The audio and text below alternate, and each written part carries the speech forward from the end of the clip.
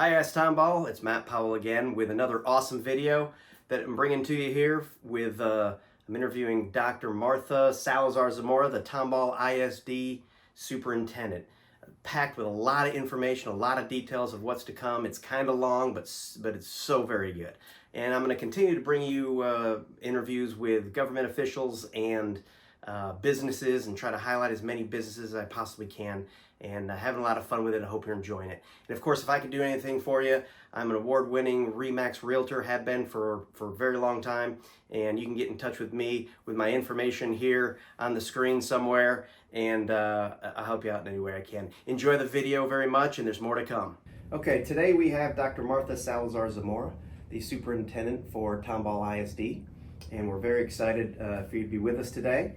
And first off, I'm just going to go ahead and go over some things about what you've done and what you've accomplished, and so bear with me here. Dr. Salazar-Zamora has served as an educator in Texas for over 36 years as a superintendent of schools and Tomball ISD since 2017. She is a trailblazer and the first female superintendent of Tomball ISD and the first Hispanic superintendent of Tomball ISD. Prior to being named superintendent, she worked as district's chief academic officer for 3 years, recognized as the 2023 Superintendent of the Year, as well as the 2024 AASA National Superintendent of the Year finalist.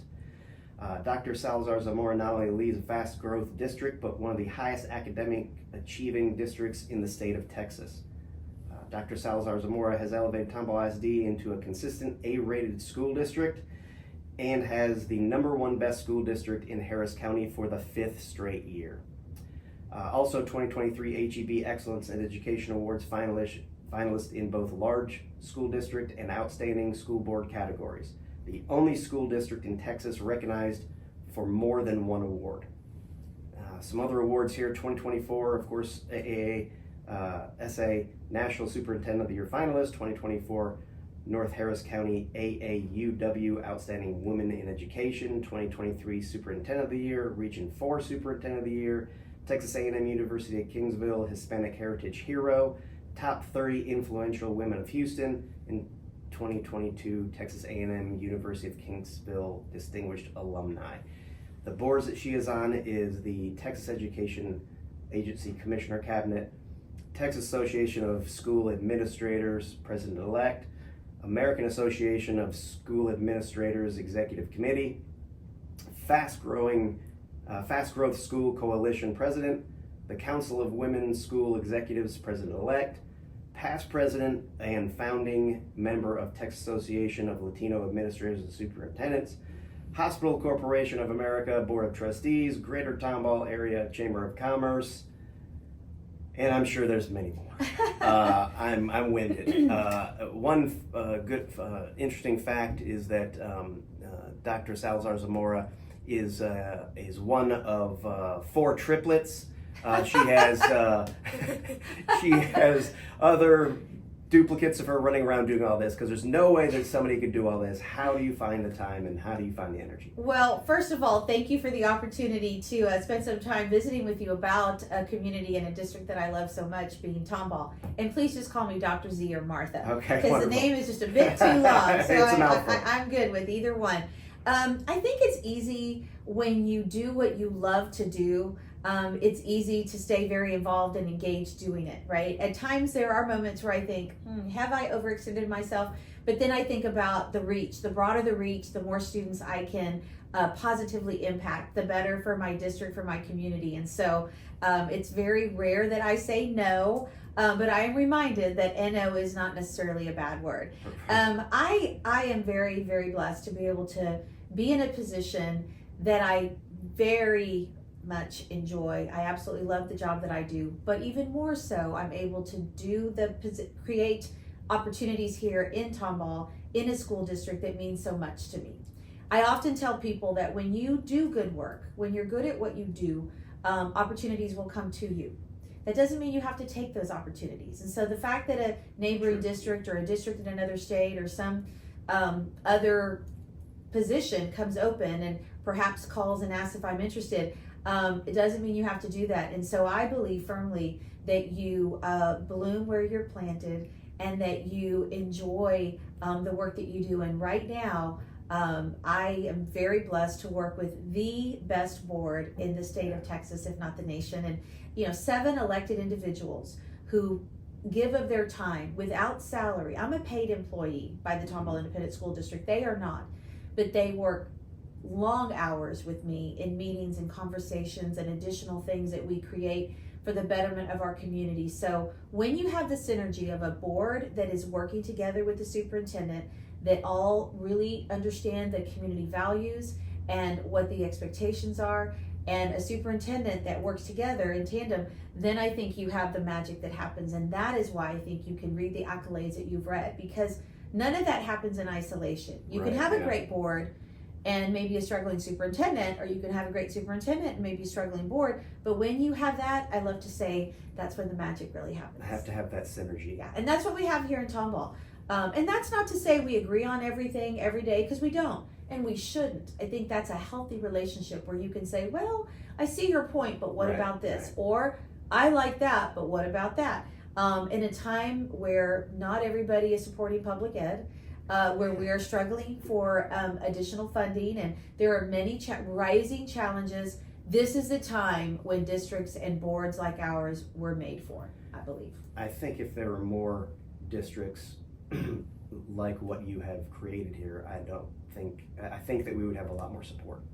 I agree with you. I think, and a lot of it goes to that elected board, because you have 7 very different personalities, individual thinkers, bright people who all love their community, or why would they want to serve, right? Mm-hmm. But again, we're at a time where not everybody runs for the board for the right reason. Not everybody's elected for the right reason in other boards, right, in other communities. And we're starting to see the destruction and the demise of districts based on that. And that's become very disheartening. I'm a lifelong public educator. I believe in public education. I'm a product of public education. My children are products of public ed. And I'm not against choice. I love to say that. I think every parent has the right to choose where they educate their children. Mm-hmm. You did. I'm glad you chose Tomball for your 2 boys. Absolutely. I did as well. But ultimately, what many of us are saying is to not allow the dollars to follow those private decisions. Sure. And so that's a whole nother conversation. Well, it's some amazing work here. I mean, we spoke before. I've been in this district for a while. My oldest son graduated in 2020. My family's been here in Tomball since 2001. Right. And so we saw it all grow. And I think I'm somewhat accurate in these numbers, but there's over 23,000 students, over 3,100 employees in 23 campuses, Correct. About to be 24. Correct. Tomball ISD, via the stats in niche rankings, overall niche grade is A+, with all the categories in the A's, right? Teachers A+, sports A-, college prep A+, administration A, clubs and activity A, diversity A. It's amazing. 11 elementary schools, 7 middle and junior high, 3 about to be 4 high schools. Tomball Memorial, which my children went to, was number 32 out of 1,847 of best public high schools in Texas, and number 97 of 1,505 best college prep high schools in Texas. And that doesn't happen by accident, right? Correct. And so I mean, that is a part of your vision. That is a part of what you have built. And so walk me down a little bit in your vision and in how you've really formulated it and made it come to pass. Right. So that's a great segue into what I would call kind of the story of our academic success. And that comes with the connectivity with people that I've worked with in other districts. Nothing happens in isolation. So bringing together, I would say, the best of the best, or promoting from within our district people in the right positions. There's an old Jim Collins book called Good to Great, and it talks about not just having the right people, right, in your association, but having them in the right seat.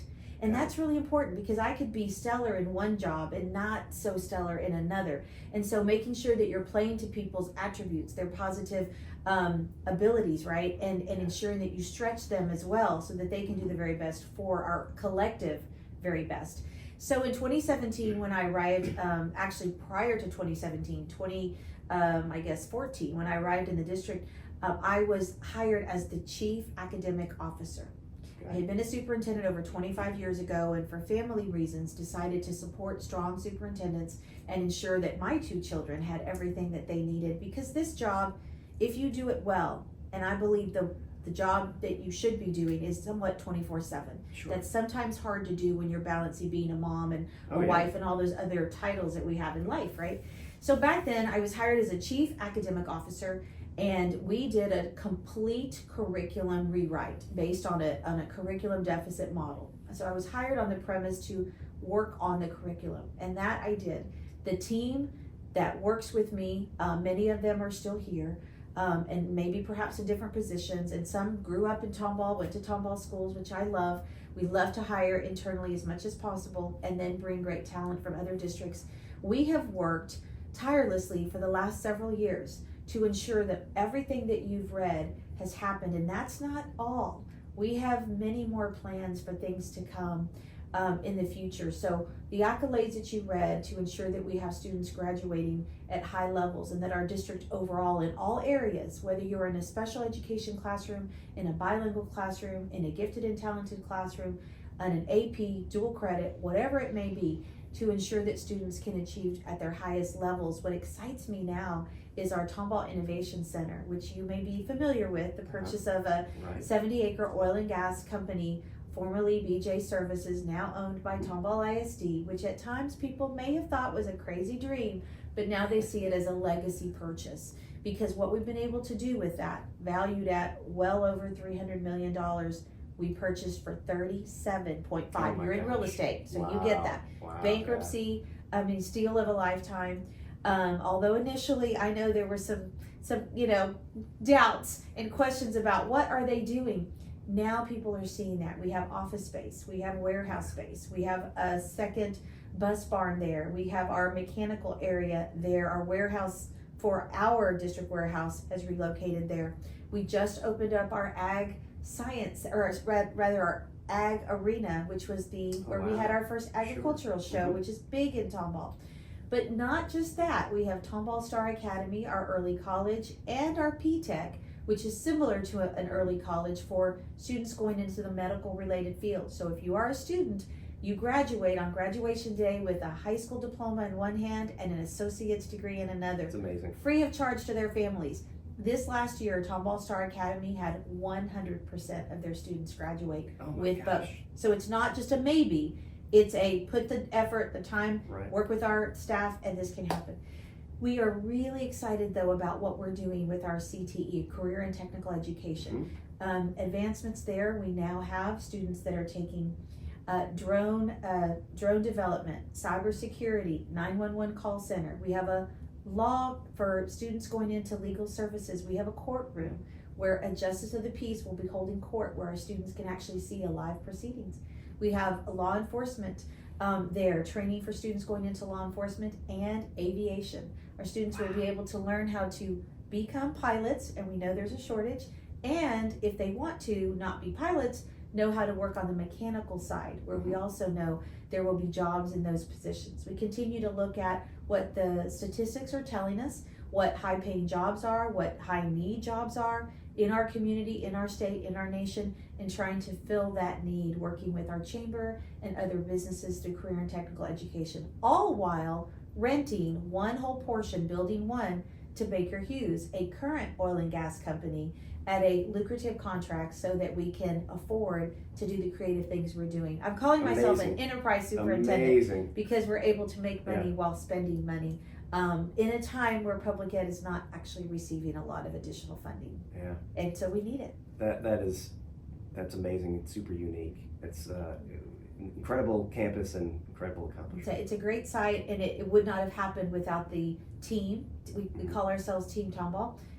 The hardworking team that I'm blessed to work with, and a supportive board, but I would say a supportive community, because since becoming superintendent, I've passed the 2017 bond, $275 million bond with a 74% passing rate, and then an almost $500 million bond in 2021. Yep. And that is now, all of those continue to allow us to see what we need in facilities for growth, and then also for additional opportunities such as the Tomball Innovation Center. Incredible.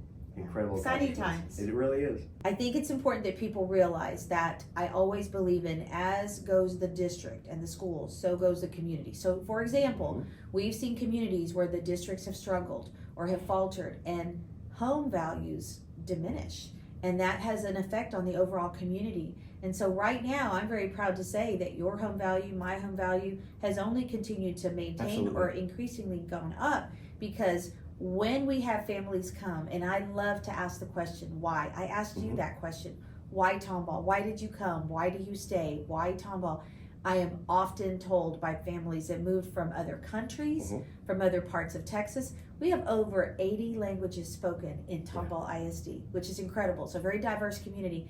And families will always tell me, we did our homework, we did our research, we love what you offer, we love what we read, and now we're living it, living the dream. Yeah, it's amazing that you're aware of that, because being in real estate for over 20 years, I talk with a lot of people that are calling me directly for Tomball ISD, directly for Tomball Memorial High School.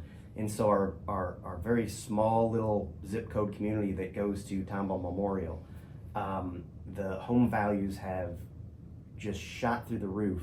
And not only that, but the saleability and the average days on market for a home is very low, because people are just watching the market, waiting for that house to come on the market and dive on it because they want their children to go to Tomball Memorial. And that is, that speaks volumes. That I'm excited in an about area that. with a lot of good schools and a lot of good districts, this is just head and shoulders above all of them. Well, and I would have to agree. And I think whether you buy a home at Tomball High, Tomball Star Academy is perhaps your child's choice. Obviously, you've mentioned Tomball Memorial, or in the future, Tomball West, the families will be very pleased. Or any of the feeder patterns from early kindergarten all the way up. We just opened, speaking of our littles, we just opened our first Early Excellence Academy, which is our pre-K center for our youngest of learners, and it is an amazingly beautiful building. I wanted it to feel like when you walk into the school, you felt like you were walking into a storybook. And so it's got color, and you can see everything from under the sea to plants to flowers, of course, and all the way to the solar system. And it's very, it's just a very nurturing learning environment. What a happy place for the littles, right? Yeah. So, in my experience, right, everybody has help along the way. I mean, you have so many accolades and awards and accomplishments, and are doing so wonderful here. Who do you say your mentor was? Who did you learn from, and how has that helped you, in where you are now? So I was recently asked a very similar question during my National Superintendent of the Year interview. And the first person that came to mind, we all think of our parents, right? Our mentors, our support system, and definitely they've come to mind. But when I think of education, it probably isn't who you would think. It was my first grade teacher. And why is that? Her name is Mrs. Belen Flores, and anybody who knew her, and she no longer is alive, but her memory lives forevermore, because Mrs. Flores not only was my first grade teacher, but she was probably my biggest cheerleader about education through all the years. And this individual, who had no children of her own, loved all of us as her own. And she attended my high school graduation, my bachelor's graduation, my first master's degree. I love education. My second master's degree, and my doctorate degree. Oh my gosh. But that wasn't really what made her extra special. She realized that a child with this is another story, but I was a child with a severe, profound hearing loss, and I had an ossicular chain implant surgery at the age of 17. Okay. So I needed amplification growing up. And what she realized was that before we knew what therapy dogs were, that my dog was important to me. I walked to school in my small community of Keensville, Texas. And my first grade teacher allowed the dog that walked with me to school every day to sit in the classroom right by her desk. Oh, wow. Now, I'm not saying that's probably what every teacher should do, But I will tell you, you'd have a lot of dogs in school. we would. So Mannix was a mixed dog. We didn't have, designer dogs back then. He was a mixed mongrel, and he was special to me. But what Mrs. Flotas taught me was the love of a first grade teacher. And I fell in love with her as a teacher, and I would say education through that. That's wonderful. I had a similar teacher in elementary school. And so when I went into elementary school, in the Woodlands, they did something, one of the first schools to have what's called an open pod system, which is a fancy title for there were no walls. Right. And so why you would do that in an elementary school is beyond me, but I would be sitting in math class. It's a little distracting. I'd be sitting in math class, and I can look around into like 4 other classrooms. Yeah. With what? All my friends. And so the attention span wasn't wonderful. Yeah. And so I had a teacher, her name was Mrs. Eldridge.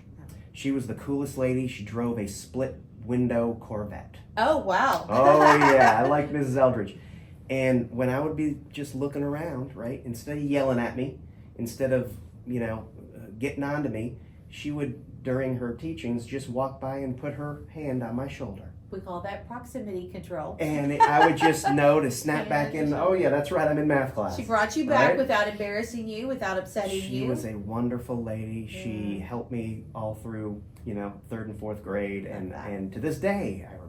Yeah, those special educators, they sit in your heart and forever in your mind. Special people, right? Yeah. Special people. We have a lot of those. We have a lot of Mrs. Eldridges and Mrs. Flotuses in our destination district. Yeah. We love to say in Tomball ISD, we're not just a district, but a destination. And then I've added to that, not just a destination, but destination excellence, because that's what we feel we're providing, an excellent education. My wife and I were very involved in the schools, and we just met so many wonderful people and wonderful teachers for both of my boys.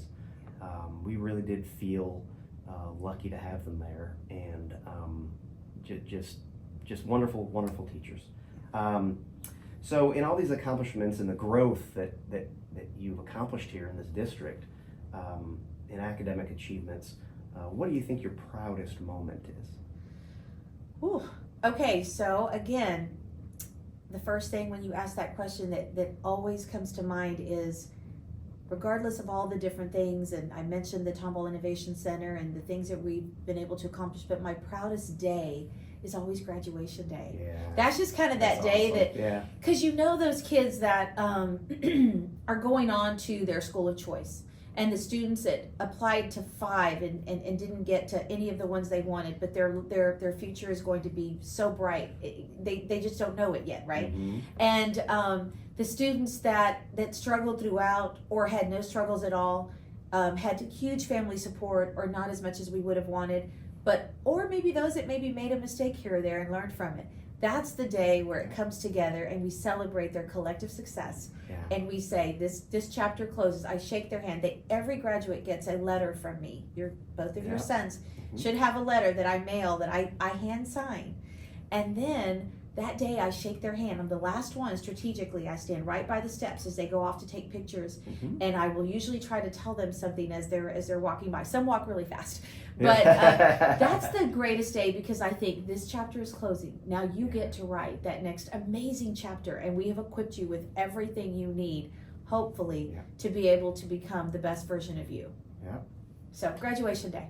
I remember both of those days very, very, very well. They were wonderful achievements. So what I'd like to do next is talk about what's next for TISD, right? So take us into the future. Okay. Great question. We're always looking ahead. Anyone that's ever worked with me or served on a board knows that I'm not usually living today. I'm already planning for the future. But I think it's important that you know where you've been. So know your history, the solid foundation. Know where you are today, but always plan for the future. And I think strategically that has worked for us. Our first strategic plan was written in, actually it started in 2015, 2016. Okay. And then that was completed under budget and in a shorter time frame than anticipated. Then we had our second strategic plan as a district.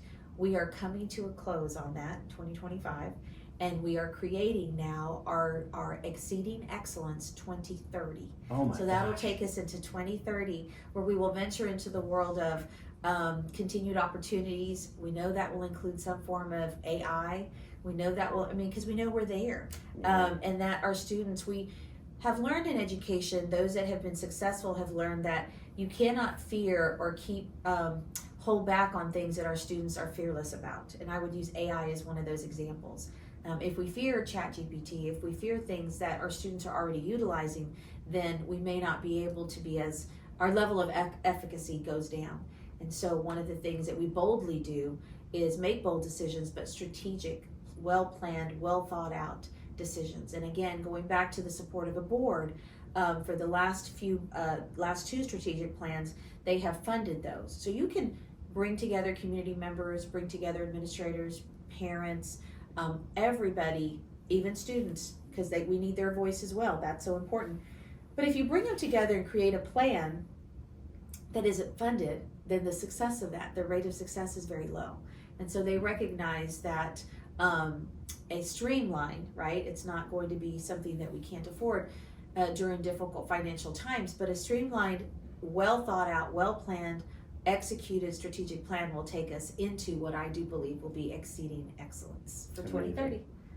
So we are starting. It sounds so far away, but it's just but not. It really isn't, yeah. Right? So we are already starting. The committee's being formed right now. Our meetings are planned from now until the summer. And at the June board meeting, we will unveil that to our board for consideration, for approval, and for funding. So it's very exciting. Amazing. So that's what I would consider, long term, right? So what are some current projects that are your biggest priorities? Let's say immediately that you're involved in now, and then just a few years down the road, right? So yeah, I have quite a few. I mentioned all the bond work that we've been doing, 2017, 2021. So right now we just completed our Early Excellence Academy for our littles, and that is for our youngest pre-K students. We are opening up Tomball West Elementary, or it's actually called West Elementary at the West Complex. Right. And we are, then the next year we'll be opening up our our intermediate at the West Complex, as well as our next comprehensive high school in 2026. 2026, okay. Correct. All the while, well, it's one a year, it feels like.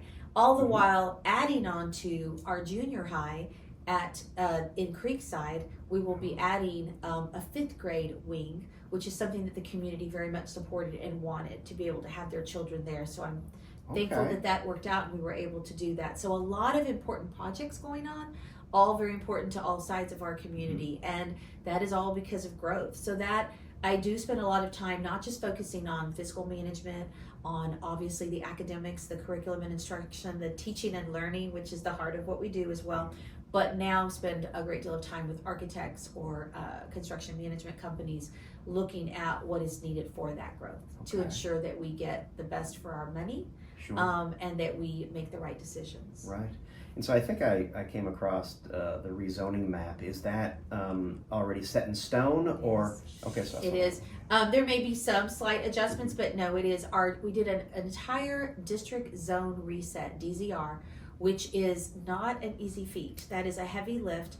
And I'm super proud of the staff and the community for coming together. We provided listening tours.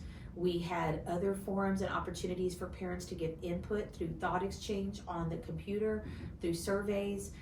We had multiple meetings with a lot of stakeholders and parents and staff to really look at what is best. And this affected elementary, intermediate, junior high, and high school. And I'm so proud to say that we were able to have that full process. And at the board meeting that night, we had people come to speak positively about what was taking place.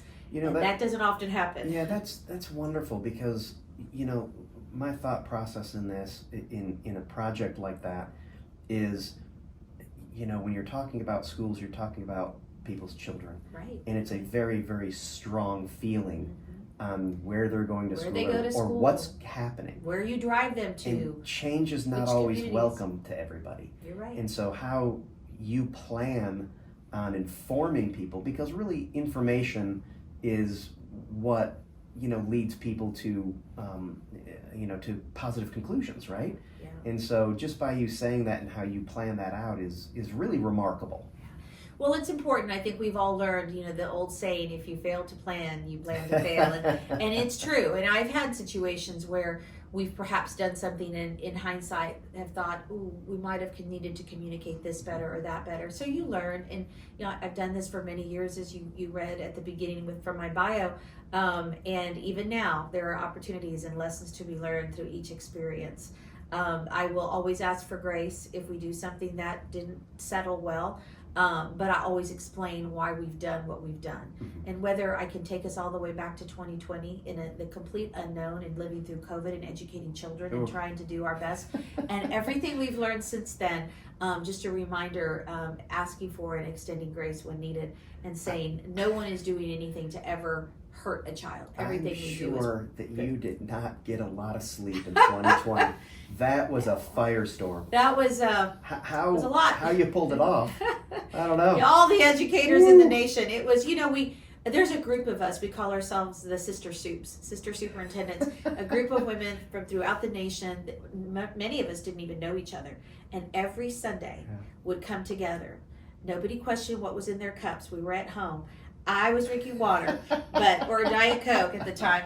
But I will tell you, we just shared stories, real stories about our fears and our worry and our stressors, and then what our aspirations and hopes were as well. Like, how are we going to pull together and learn from each other? And I think that's one thing that educators do well, is that we lean on each other. You stated, and I'm very proud to say, I'm the Texas Superintendent of the Year with over, I guess, almost 1,300 school districts in the state. But you can talk to any of those, and I believe any one of them could deserve and earn that title. I think we all work collectively hard and individually hard for our communities to better them, no matter what the global pandemic or situation is. Mm-hmm. On my side, being a parent of a senior in 2020, it was very interesting for me to watch, because on my side I was watching the effects on my son. Right. And mental as well, right? Affects academically, and there's the social emotional side. But what I saw was resilience, right?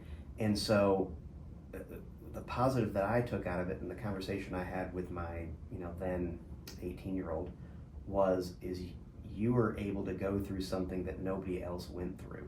Everybody else can have a normal senior year and just do the normal things. This is what you did and what you accomplished, and there was no handbook for it. Yeah. And this is what you did. That's a great way to put it. There was no handbook for parents, for educators, for kids who were just trying to figure out life on top of this. Yeah, and they did it. They did it, and they did it well. And they did it real well. Yeah, I think we all did. I mean, lessons learned again, but hopefully not for anything in the future. But still, just something that we all collectively lived through. Absolutely. So, in kind of wrapping this up a little bit, well, you know what? Before that, I want to ask you a little bit about the new campus. Okay. I read that it's 200-acre campus. Is that right? That sounds a little big. It is big, yeah. But I think I'm not sure. Right? So there's three schools, right? Yeah, you're looking at the whole West complex. Yeah, the whole West complex. So we've got on the site, we have an elementary school, an intermediate, and a very large comprehensive high school. Beautiful, all three of them. So they're all actually being built by different architects. Okay. And the beauty of that is I had them work together in somewhat unison. So we were sharing the edifice of a building, what it looked like, and so that they could in turn make them look similar. They will all look like they belong, because we won't have one very modern and one very traditional. Tomball tends to build more traditional buildings, which I love. I do too. But they all have their own flavor, and of course in size. You start with the first to open, which is in August, West Elementary. Next will be the intermediate, followed by the high school. Okay. And so I know that when high schools open, they usually stagger them, right? Like first year is freshmen only, then it kind of goes up. Right. We will be doing that as well. There will be a staggered until it's completely filled. So when you get to the point where there's the senior class in there, how many students will be in that high school? Yeah, so one of the things that Tomball has been very intentional about, a lot of intentionality has been size, not to have these extremely large mega high schools. or schools in general. We have had some full until we're waiting for the next school to open because we're a fast growth district. But I think that when we look at the community values and expectations, that was one thing. And our elevator speech for Tomball is that Tomball ISD is not a large and personal school district, but a small, close-knit community. We go on and on about what we believe in academics and fine arts and whatnot. The last part of that elevator speech is, in Tomball ISD, we want for students to find a place to belong, a passion to pursue, and a love for learning that serves them well beyond the years they are with us. So when you think about school size, they need to have a place. They can't be a number. We want them to find their passion, and then of course to love learning. That's what we're all about.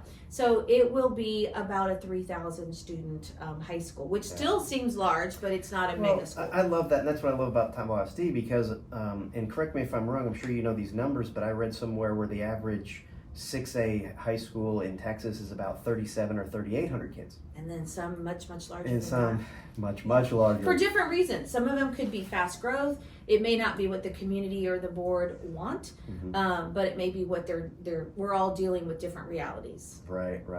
And so that's wonderful. And so will all the high schools be about the same number of students? Relatively even them out close. That way? Yeah, relatively close. Okay. A Tomball High will at one point be a little smaller. But then it will, at some point, it will all level out. Our demographers continue to give us trends. We do a 10-year trend analysis. 5 years is pretty solid. Then it gets a little harder to predict that crystal ball. I wish we could, always be accurate on that. But our demographers have been pretty on point. They really have. We're very blessed to be able to work with a group that gives us all the additional information we need. Perhaps a plot of land that was supposed to be commercial has suddenly gone residential, and is it residential homes or is it single dwelling? It could suddenly be, if it's an apartment complex or multiple apartments, that changes the game. A little bit. Yeah, just a little. So I guess in wrapping up, what I'd like to ask you is, what would you like when it's all said and done, right?